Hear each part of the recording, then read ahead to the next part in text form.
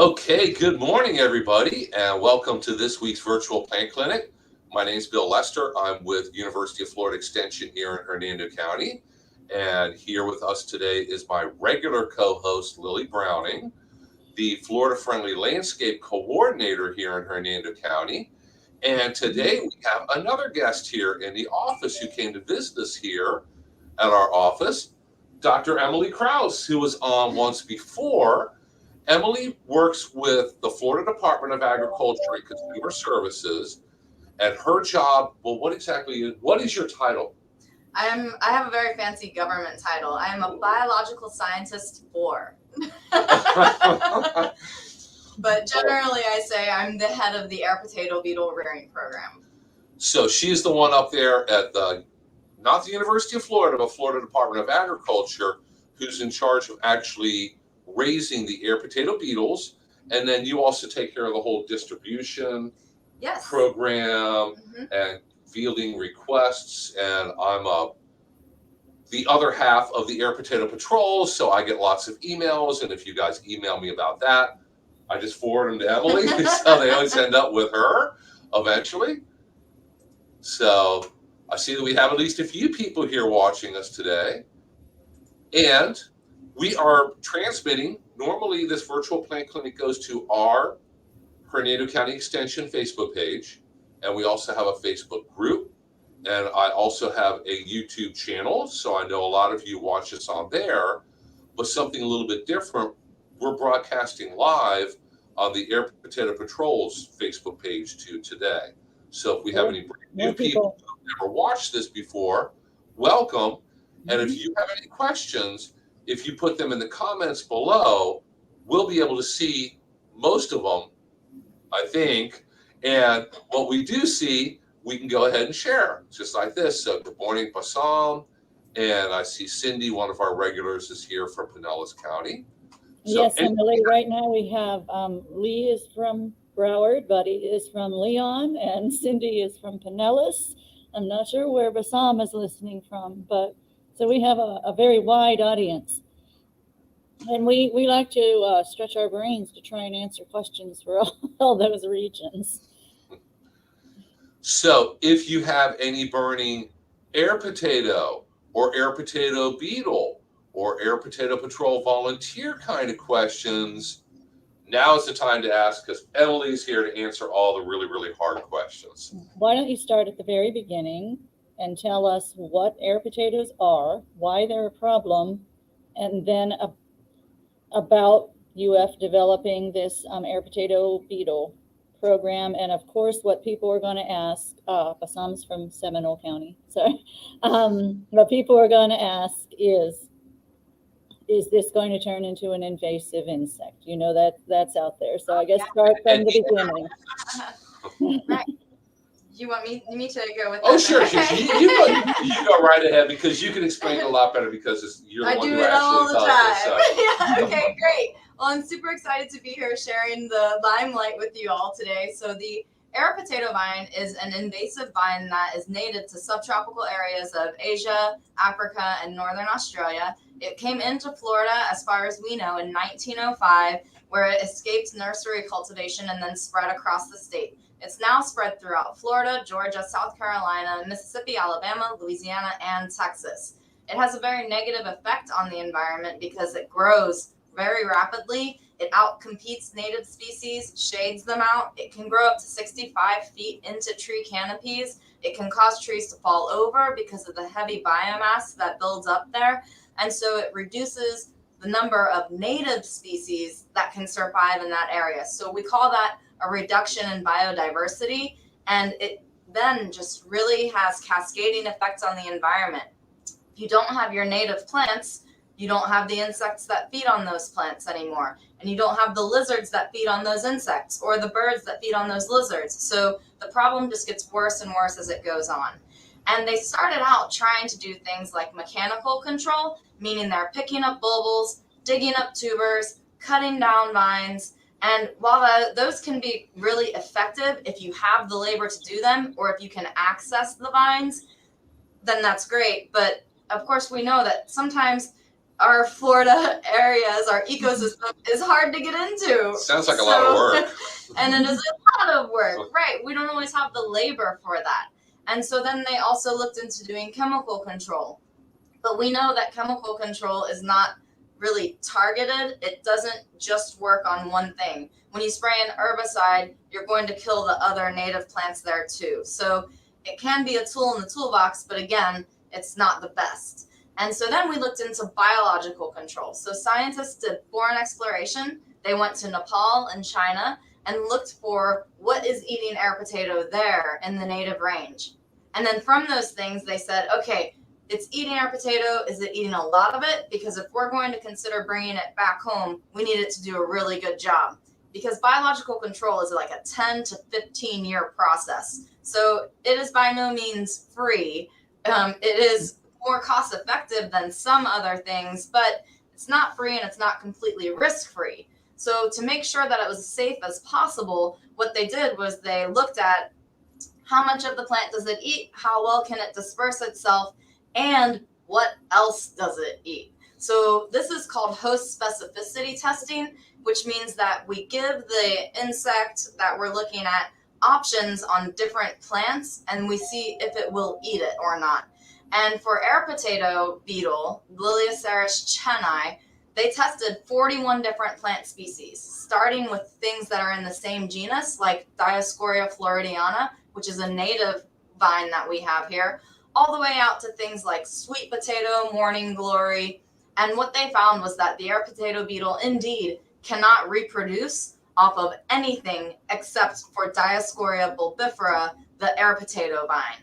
So as the beetles continue to consume this invasive species, when there is less and less air potato vine, there will be less and less beetles because it's a self-limiting system, meaning the beetles aren't able to reproduce on anything else. So they will literally eat themselves out of house and home, more or less. And so that's how we can say they're extremely unlikely to become a pest, because we gave them lots of options to eat different food and they didn't want it. They just can't physiologically survive off that. It's like if you would give a human only starbursts. We're not going to do really well. Not after a while. Right. And the testing also went out of that plant family too, just to really make sure. And then what I heard is at the end, they tested important economic crops like soy and corn and all that as well, to cover that base. Yes. Right. Yeah, and how long ago were they initially released? It has been 9 years. So they found the beetle in Nepal and China in 2002. Mm-hmm. They got the permit to release it in 2012. So 2012, they started releases in Florida. In 2014, they started to allow residents to request the beetles. And it became so popular that now on our website, we have an air potato vine reporting form.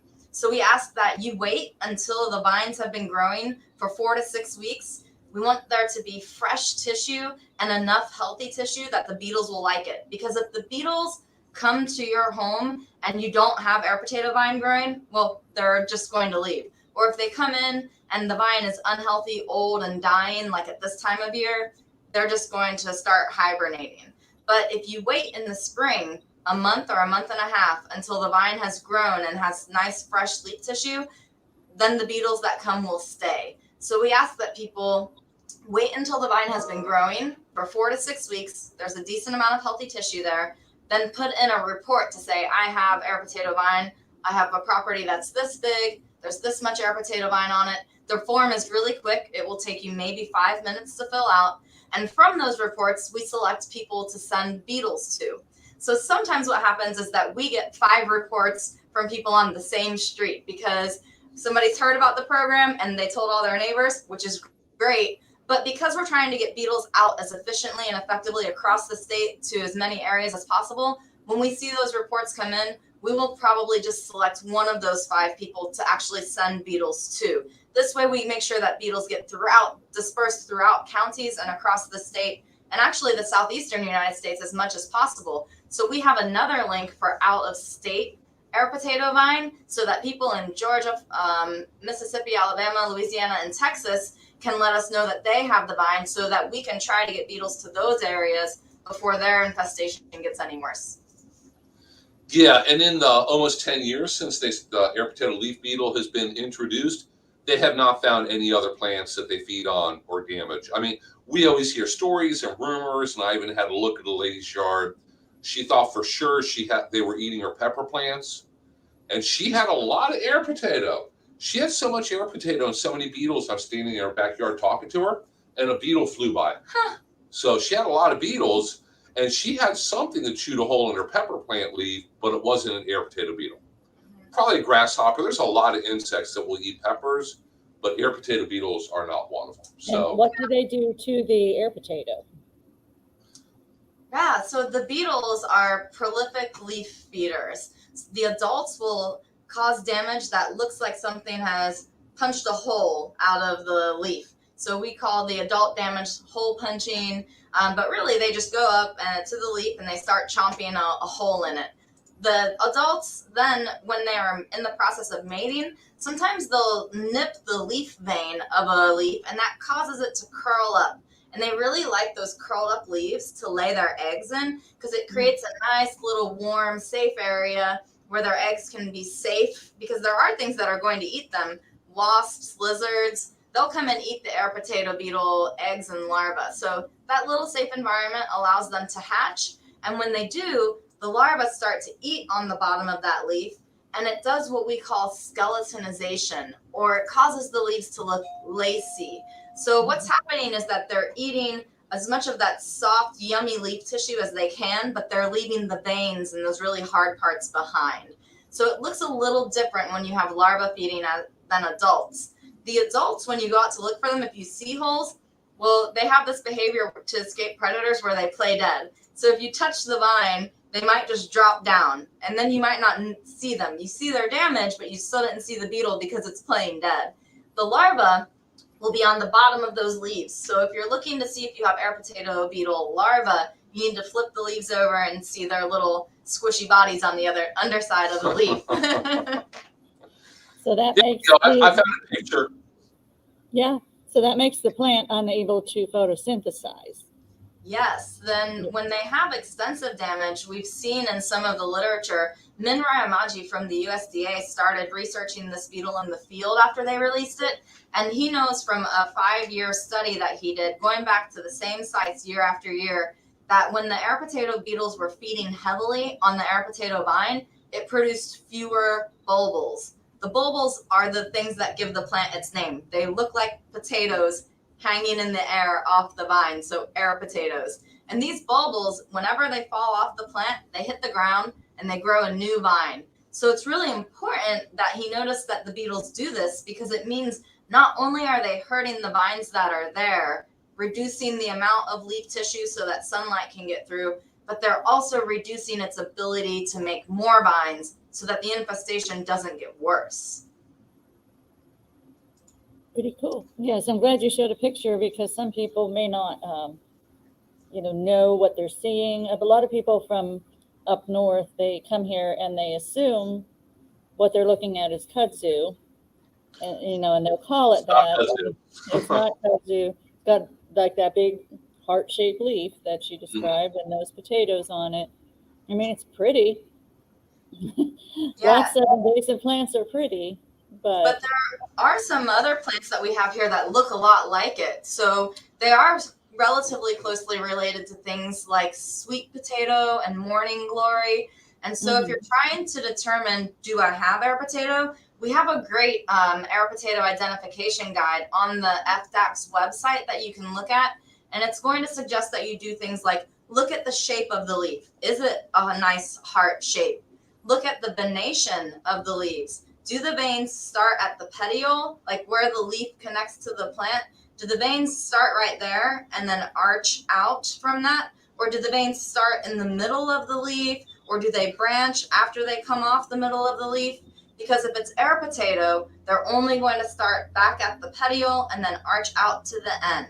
So see if you have a heart-shaped leaf with veins that start at the petiole, come out to the end, And then I see someone had just mentioned Diascoria alata. When I first started in my position, I couldn't tell the difference between the two. I still can't. I send the pictures to you, so. It's really hard, yeah. So actually in the first couple weeks in my job, I tried to feed beetles Diascoria alata, thinking it was Diascoria bulbifera, and my lab tech comes in and I'm like, something's wrong, Cassie. They're not eating. And she's like, you fed them the wrong plant.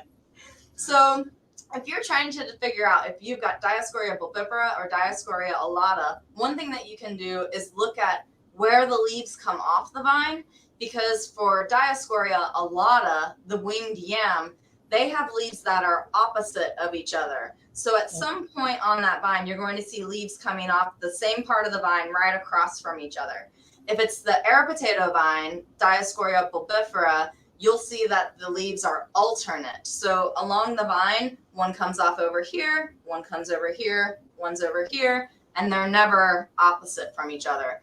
You can also touch the stems. The air potato vine, the invasive one that the beetles eat, will be nice and smooth and round. The winged yam, Diascoria alata, actually gets its name because of the way that the vine feels. It has ridges on it. It's not smooth, and it has wings. It feels very different. So those are some ways that can help you figure out what you've got. Because if you have Diascoria alata, sorry, our beetles are not going to help. Yeah, and I know that we were contacted a while back, and it may have been before you were with the program, from a gentleman who had both. And he had to send us pictures, and we were able to identify, well, you have both.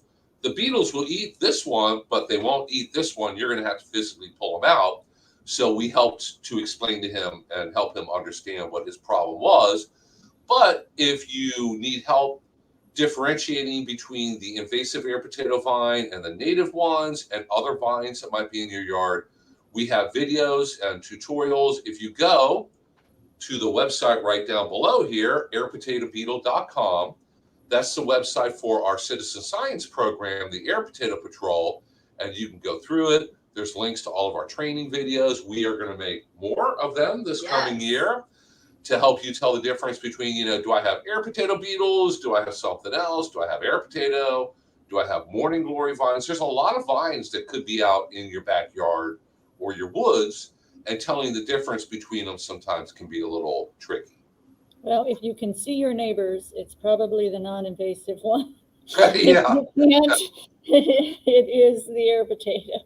One of remember when we these first get started? really big and healthy. We were at Cruise Lake Park just a week or two ago for a picnic, and the pavilion that we rented was the same one that we rented months ago, I guess, back in the spring.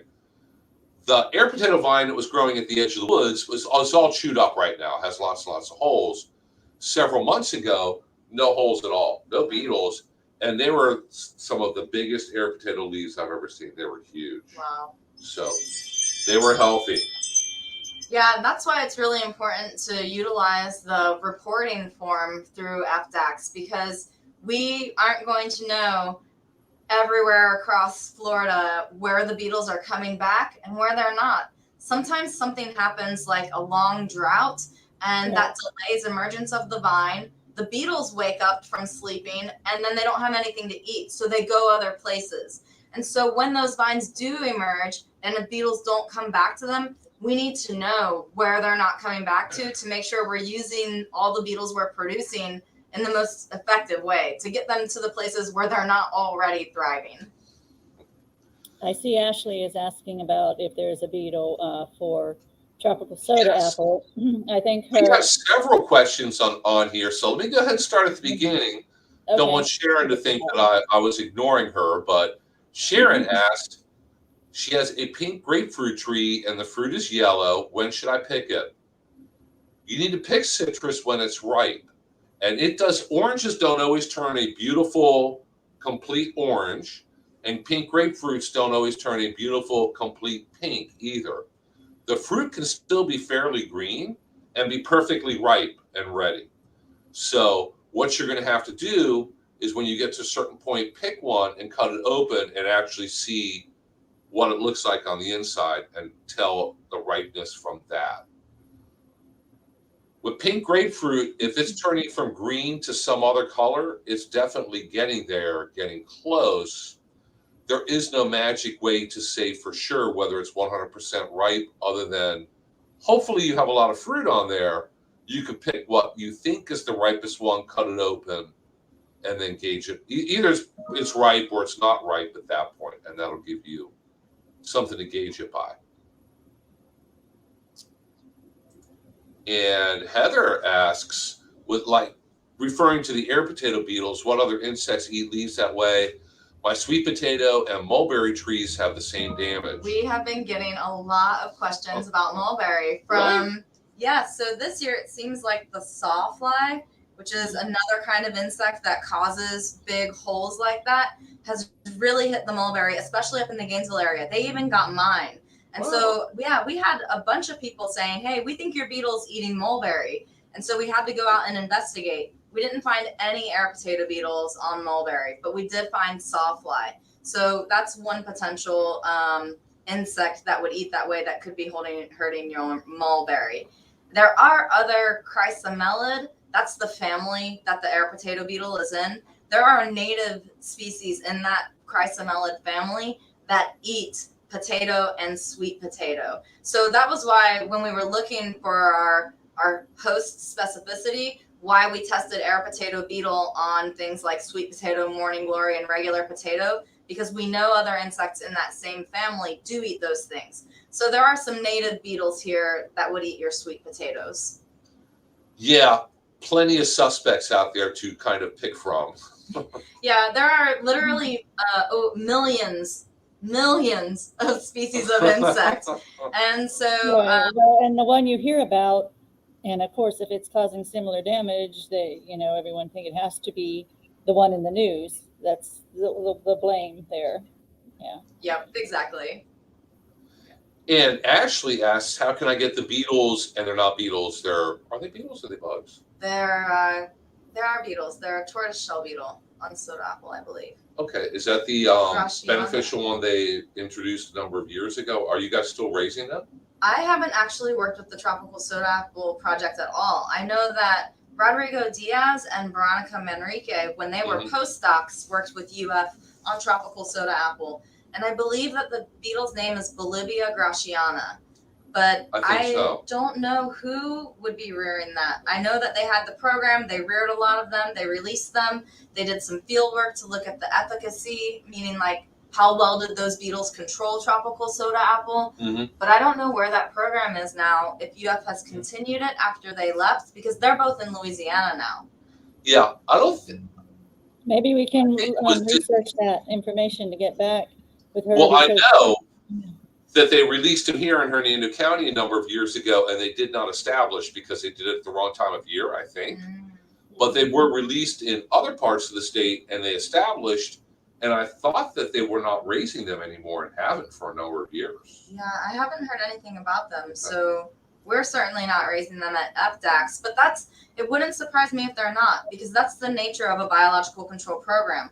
We actually, as scientists, expect that it stops. We hope that it ends, so that the resources that we've put into it are the most cost effective. We don't want to continue to mass rear and release insects if they're already established, meaning that they're surviving in Florida year after year on their own, consuming that invasive species. Our goal is actually that we get to stop and that they continue on their own. And you get to move on to the next one, hopefully. Yeah. So Ashley, if you want, go ahead and shoot me an email. I'll show my email address near the end, and I'll look into that for you. But I'm pretty sure that they're not raising them anymore because they did establish, at least in most of the state. I mean, they may not be established in your yard, but they may be established somewhere in your county. Do they have a special call that she could call them to her yard? In theory, what you could do is you can go somewhere else, and tropical soda apples are normally the biggest problem in a pasture scenario. So if you knew somebody else who had a pasture and they had them, you could go and collect them on your own and bring them to your yard.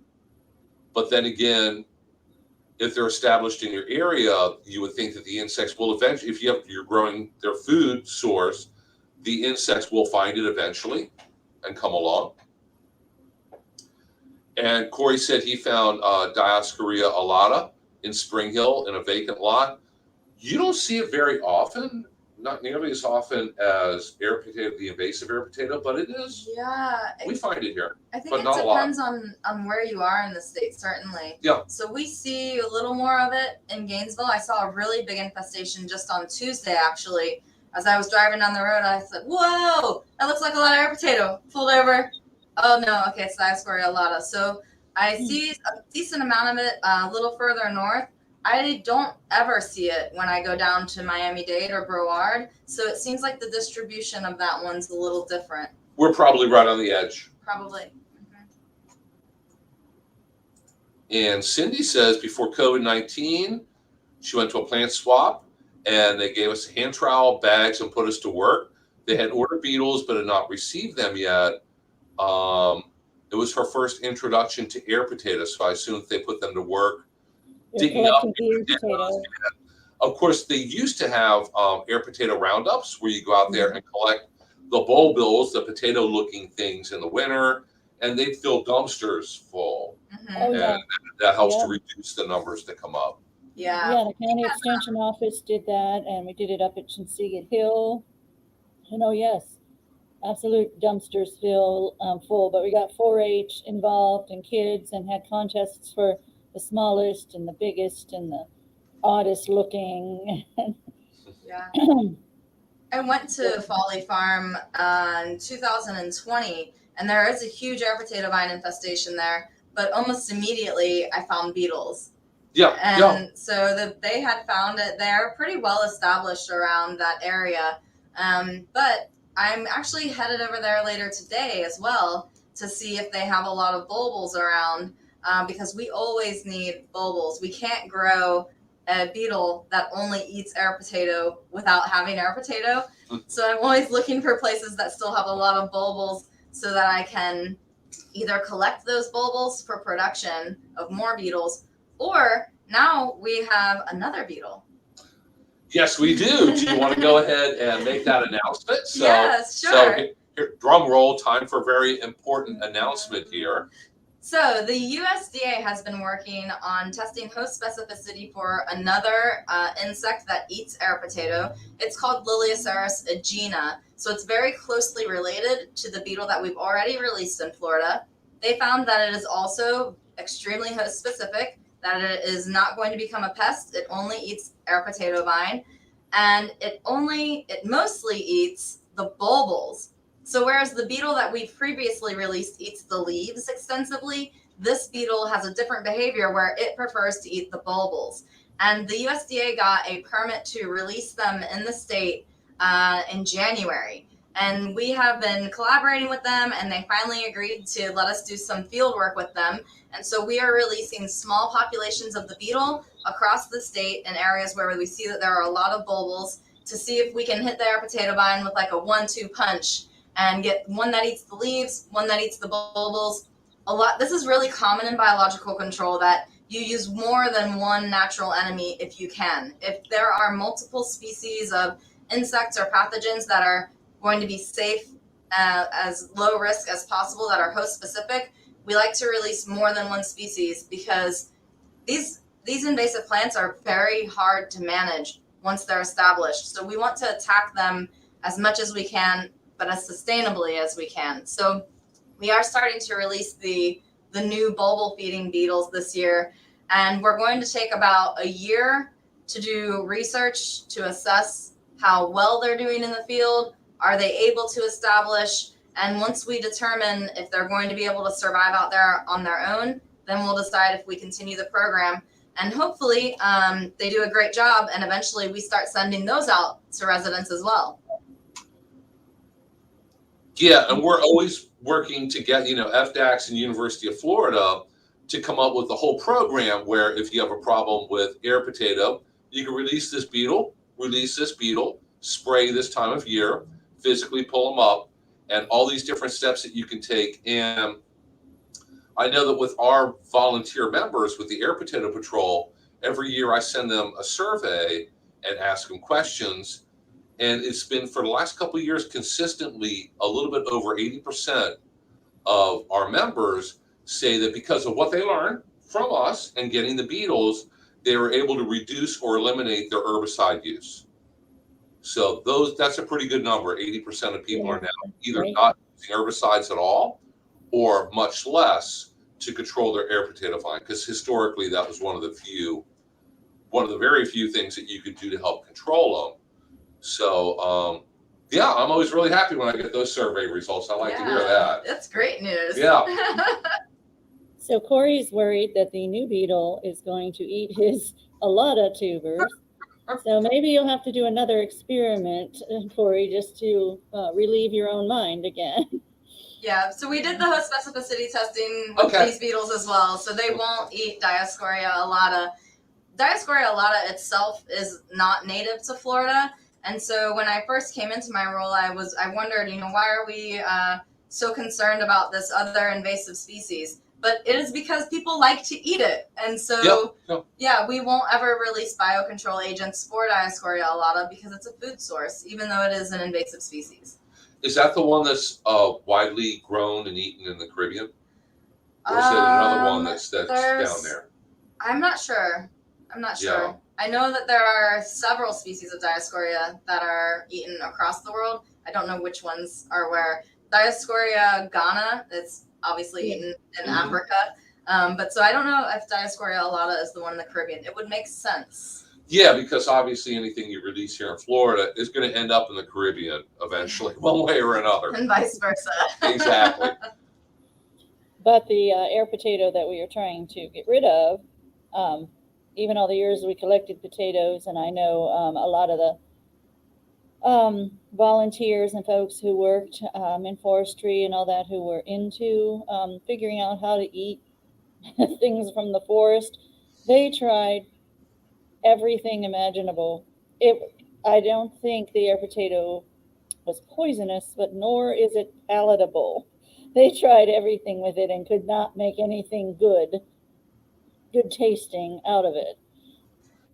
Right. Yeah, I've heard the same thing. And you would think that if you add enough garlic, it would be okay. But if you do that and it's still not edible, then there's no hope for it. Right. I don't know if they could condense it down for its starch to be used for something, but kids would enjoy throwing them at each other. That's a little boy thing. You guys wouldn't understand. Potato guns, yeah. You want to shoot them, yes. Yeah, things like that are great to throw at each other when you're a kid.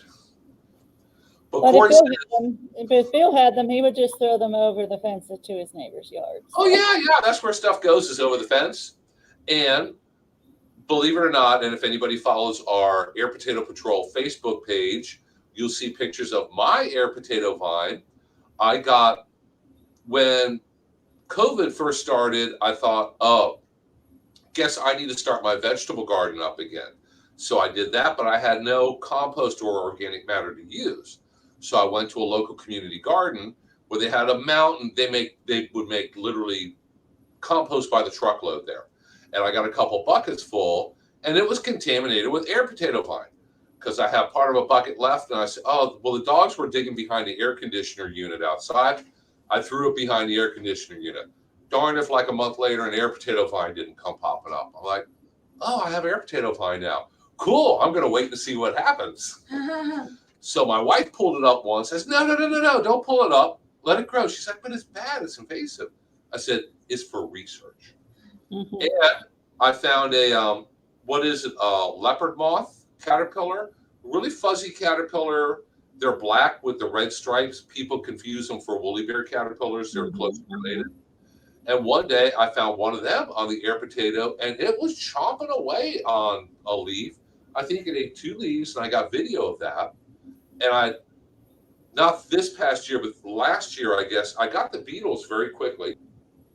This year, I never got the beetles at all, and we had to have the AC unit replaced, and they ripped up all the vines. Oh. But that tuber is still in the ground, and I'm going to take really good care of it so they can come back. So we don't recommend you grow it. It's okay if I grow it. Mm-hmm. Yeah, and there are a couple other things that we've seen eating our potato vine, a couple other caterpillars, things that are related to armyworms, if you've heard of those. So we see things here and there taking a bite or two out of them, just not enough to actually manage it. Yeah, because Maybe the beetles have trained them to try it out, because it's it's not a species. Our native insects, they don't even know that it's food, and then they see these other guys eating it. They're like, maybe I'll try it. Yeah, it looks good. Yeah, because I know lumber grasshoppers will chew usually a hole in the leaf and then they leave. So a lot of insects will sample it, but they don't feed extensively on it. They're not going to sit there and go like, "Oh, this is great," and eat all the leaves off of it and actually slow it down. Right. They have so plants, when they get stressed, just like us, they start to change their hormones, and those hormones can produce things that provide them defense against the things that are trying to eat them. And Diascoria bulbifera, the air potato vine, has some pretty strong defenses. So when our native insects start to chew on it, this is my hypothesis, the plant starts to produce those defenses, and they eat a little, and then they say, "Oh, this is pretty gross," and then they move on. So is it your goal to eradicate air potato? Well, once an invasive plant has established, meaning once it's living on its own without human help, reproducing beyond our ability to keep up with it in an area, we basically lose the ability to eradicate it. It would be too difficult to get into all the swamps and forests and areas that the air potato vine is in. So by the time we use biological control, these plants have been here, in this case, for over 100 years and established. So we aren't going to be able to eradicate it. We just hope that we can mitigate or reduce the negative effects it has on the environment. And an individual homeowner can eradicate it from their property, depending on how much you have. So, for example, I could go out there and dig up mine and eradicate it from my property.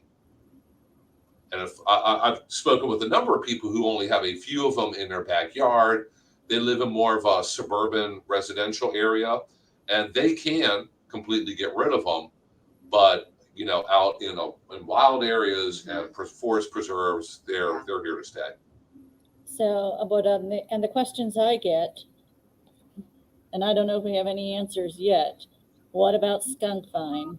Because that is a more difficult vine to deal with. The air potato, I used to live more inland in the city of Brooksville, and my backyard backed up to a lot of empty lots, and there was, just a sheet of air potato and skunk vine and everything. But I could keep the air potato out of my yard because it's big and you can see it, and like the one at your air conditioner, you can yank it out. The skunk vine, it travels under the ground. When you mow it, you spread it everywhere.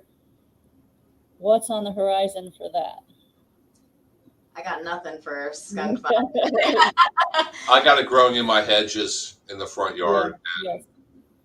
It's American holly, so it's good and pointy and scratchy. So when I tried digging underneath down to the ground level to clip them down there, I get pretty well torn up for them. Corey's got a pretty good idea, napalm for skunk vine. Yeah. I think that goes back to what Emily originally said, though, about herbicides will kill everything. But yeah, it's not very targeted. The way I figure, I guess and like you having it in your holly, and a lot of people have it in azaleas, just consider it stress release. Whenever you feel very, very frustrated, go out and pull some of the skunk vine. And we get calls from people who have it in their lawns. Now, if it's in your lawn, there are chemical controls. From the tiniest little pieces, though. So when you mow, if it's in your lawn, you're spreading little bell-shaped flowers and makes little berries. It does. I know, because I'm so far behind on pulling it that mine flowers and makes berries. It's probably not a good management strategy, but it does. So, and bees like the little flowers. So isn't it, Lily, doesn't that make it Florida friendly if bees and pollinators like it? No, it does not. You could say the same thing about a lantana or many other things. You got to weigh the good and the bad. Okay, short answer, no. No answers yet. Okay. There are a lot of invasive species that we'll never use biological control for, because part of what we've been talking about is wanting to use things that aren't going to become pests themselves, or that aren't going to eat other things. So if something comes from another country or region and it's very closely related to something native or something agricultural or that we value a lot, then we might not be able to find biological control agents that are host specific enough for it to be safe. And so sometimes biological control is just not a safe option, and then it doesn't get pursued. Okay. Oh, and the other question we get, since we have been addressing, you know, and you have covered very well how vetted these insects are. So, you know, Bill, what's my next question? Didn't UF release the love bug? No, short answer is no. I like that. I'm going to start doing that. No. University of Florida did not release love bugs for any reason. Love bugs came here on their own. They're native to Mexico, Central America. They spread their range bit by bit till they ended up in Florida.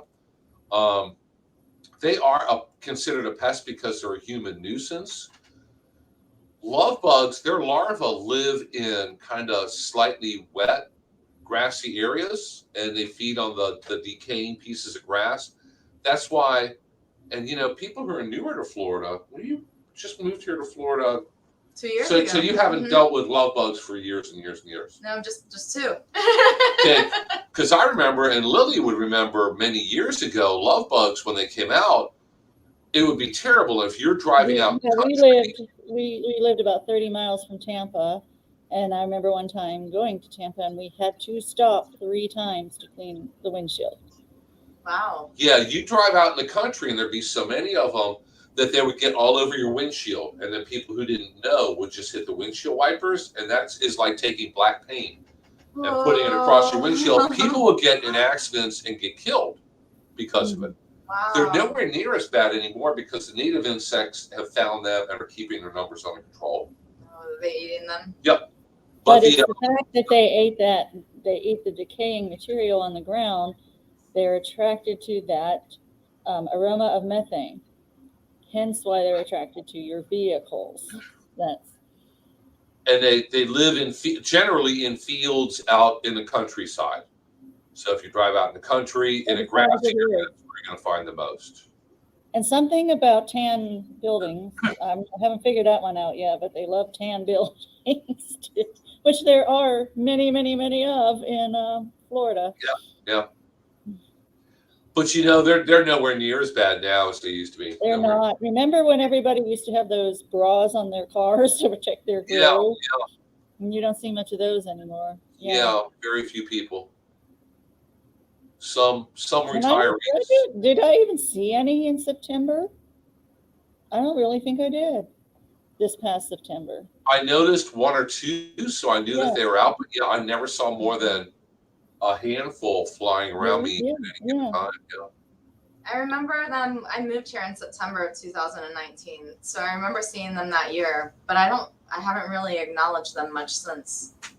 Yeah, usually it's May and September, and they're usually, they're getting less and less and less in the last few years. So, hey guys, if anybody has a last minute question, please feel free to share them. Karen agrees that they're fewer than in years gone by. And let me go Corey's Meadow on Florida elephant foot. I have noticed they also love Simpson stopper. I don't know why. That's totally anecdotal, but we had some. I don't know if you still do at the nursery. Yeah, we do. Yeah, when the trailers that we worked in were there, they were all over that Simpson stopper during their time. Which they is seem good, to love landing on bushes near grassy areas. Mhm. And then Yeah, and you go those by, were brush the those bush, were the that's when you buffer. get a cloud of them. Those are the buffer between our workspace and the field. So yeah. Mhm. So if you have any really difficult questions about love bugs, please contact Lily B at Hernando County, US, and share your concerns with her. And I will forward them to wlester@ufl.edu. Thanks. You guys work great together. No, don't send them to me. And definitely, if you're curious about the air potato beetle and biological control of air potato vine, check out this airpotatobeetle.com site. It has excellent videos to inform you about the biology of the vine and the beetle and the ways that you might be able to manage them. It's a very, very useful resource. And we're going to make some more instructional videos in just a little bit, I think. Yes. So, oh yeah, still a beautiful day outside, so picked a very good day to do it. Oh, and not to throw something else in there, but real quick, don't they also have Brazilian pepper insect control going on? Yes, so the Brazilian pepper tree is very prolific in South Florida and up into some parts of Central Florida. And in 2019, in fall of 2019, University of Florida, in collaboration with the USDA and the Florida Department of Agriculture, released an insect. The genus is really long, so I just say P. P. Ichini. And the UF have made a cute little cartoon version of him that they call Thrippy because it is a thrips. Thrips with an S. So even if there's just one, it's a thrips. Yes, it's one thrips, two thrips, 100 thrips. Right. And they are gregarious eaters. They eat a lot of the Brazilian pepper tree. And so they have been mastering them now after that release for the last couple of years at FDAX in Gainesville, the Division of Plant Industry where I am.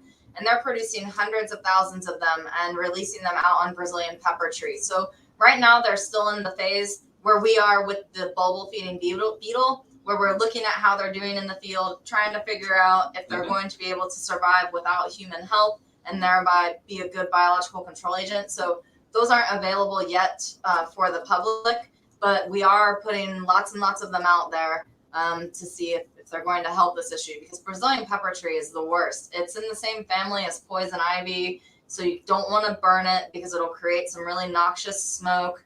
Even if you cut it down, its root system has little suckers that go out and grow more shrubs that can grow as big as trees. The berries are really prolific and get moved around by birds. They are relatively fire resistant, saline resistant, shade resistant. Yeah, they're really a difficult plant to manage. But those thrips are supposed to be released here in the county as a part of a research project. So cool. Sidonia came to town and we found a perfect 70-acre site that's fairly clear, and all around the edge is a perfect border of Brazilian pepper, big Brazilian pepper. Great.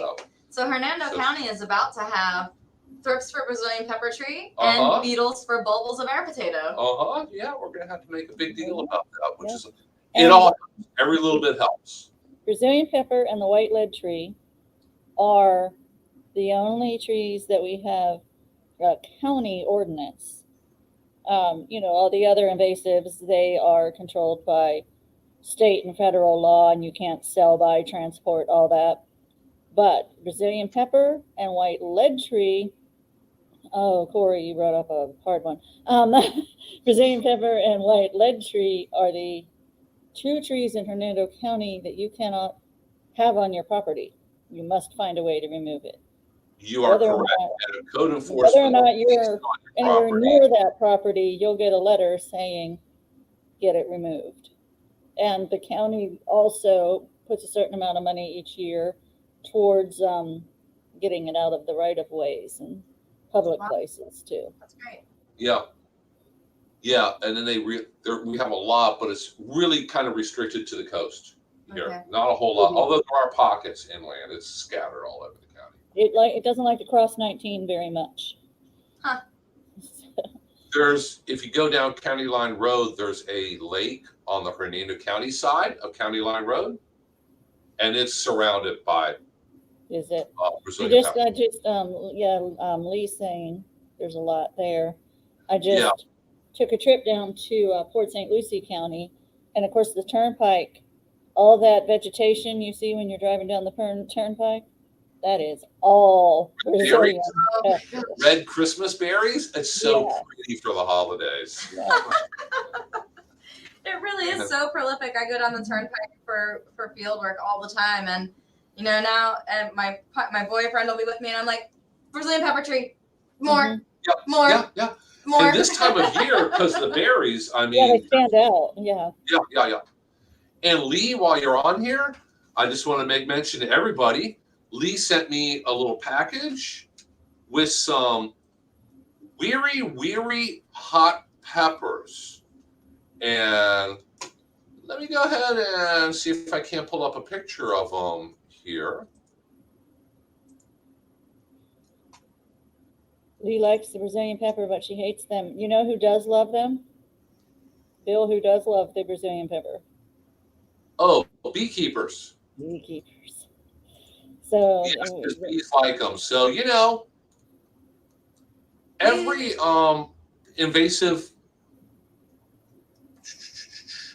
Sorry, I'm sitting here struggling to screen share. Bees might like Brazilian pepper tree. They might also like Chinese tallow. But if those species weren't there overtaking the area, our native species would also provide a lot of nice flowers and pollen for those beetles as well. So the negative aspects of these invasive species outweighs the benefit to bees.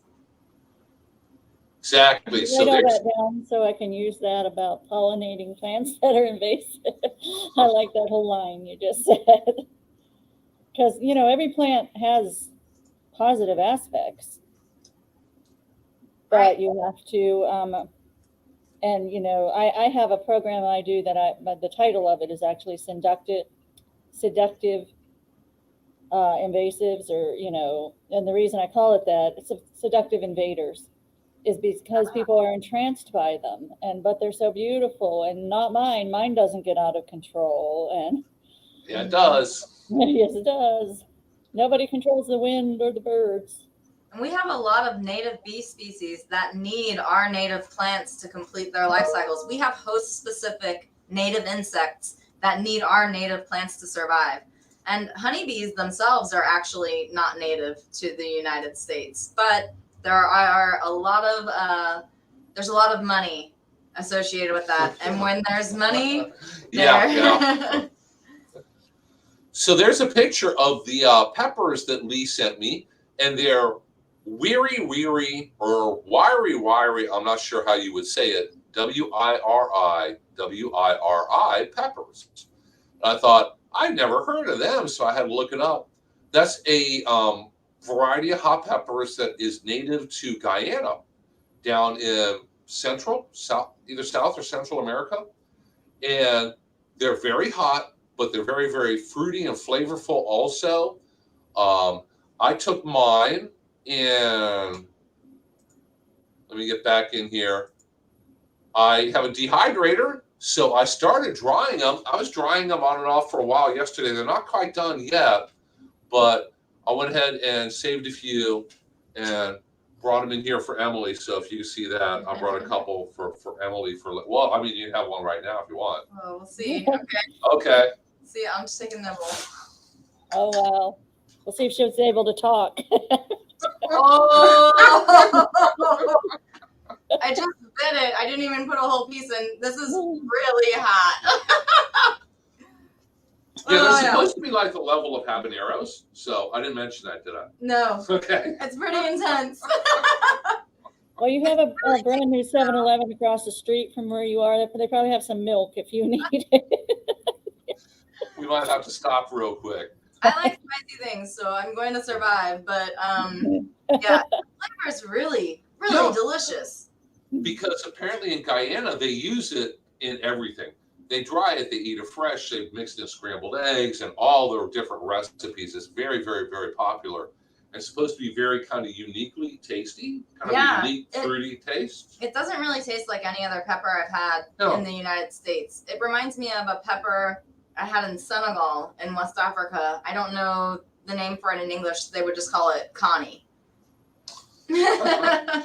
Probably close. But yeah, It looks good. like ornamental peppers. Yeah, But I wouldn't have thought to Yeah. eat this the way that it's. Well, Lee, thank you so much. I'm going to get seeds. I'm going to try growing it this summer. Like I said, I'm going to dry it out more, and I think I'm going to wait to try mine. Finish drying them out and grind them up. That's a great way to save hot peppers long term. You can freeze them also. Mhm. So, Yeah, this is great. oh, Lee was born in Guyana. Okay. And Cindy says, thank you for a wonderful and informative class. Cindy, that makes it all worthwhile. So Somebody was asking for pictures of Brazilian pepper and white lead tree. I don't think we have time to look for them and post them right now, but you can always do a Google search for Brazilian pepper and put UF for University of Florida after it, find out a bunch of information, and the same with the white lead tree. The white lead tree there's has a huge amount of information has out very there. long Florida. leguminous, legume type.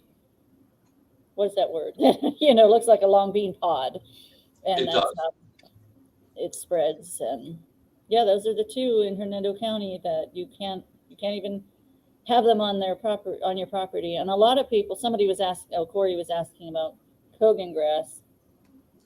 That's another one thing, like skunk vine, like it's a big issue for sure. Huge They're- issue and no They're working on biocontrol. it. I know that they were looking at certain biological controls for it. I don't think anything's been released. Yeah, well, and that's the thing. So sometimes, as we said, this takes 10 to 15 years to vet something. So it's hard to say, even if they've got something in quarantine, it's hard to say how long it will take before they can be sure that it's safe enough to get permitted for release. So Yeah, the only thing I know about Kogan grass is it's cutting, treating. When it starts growing up again, that tender new growth, treating again with the Bill would know what herbicide, but You must be diligent. yes. You have to be tougher and more determined than the plant you're trying to control, basically. yes. So you can win eventually. Might take a lot of work and a bit of time, but you can win. So guys, we need to wrap it up here, and because we have appointments here that we have to move on to. But thank you so much for tuning in today, and thank you so much for tuning in for the last. It will be 2 years, I think, in April. That's a long time. 2 years. Cindy wants to know if we'll be here next week, Bill. Okay, I was going to mention that answer that you just came up with that you want to answer everybody now. No. We will not be here next week, and we will not be here the week after that either for the holidays, because we will be closed, and I will be out of town for an extremely well-deserved rest. Yay. Next week, I can't wait. So I don't know, that's debatable, but we will be back here January 6th. So Thursday, January 6th at 10 a.m. We'll be back here. And for our virtual plant clinic, I have a guest, Jamie Lynn Doherty will be here talking about trees. So I'm going to try to have a guest pretty much every week next year. Kind of get a little yeah. Because We heard that every week, Emily. But you probably get tired of listening to me. So like I said, we will not be here next week or the week after that, but we will be here January 6th. So follow along. If you go to HernandoExtension.com, you can find a full listing of all of our upcoming classes and events. If you follow us on Facebook, it's all on Facebook. Everything's on Facebook. So just follow us there. And I will have a class on the 29th, Wednesday the 29th, which is I don't remember its title, but it's about low cost, budget conscious landscaping. That's what it is. Cool. Since I figure we'll all be out of money by then. And I'm trying to put it together now. And instead of, you can look through Hernando County government YouTube, better throw that in there, and see a lot of my classes. So you'll see the basic Florida friendly ways to save water and money in any of those. So I'm trying to do something a little bit different, like if I walked outside, could I spend an entire day or two improving my yard without spending a dime? That's what we're going to start with. And then, with spending very little. And then we'll touch on the regular, if you're using an irrigation system, if you live in a gated community with these high standards, how you can save money in those processes.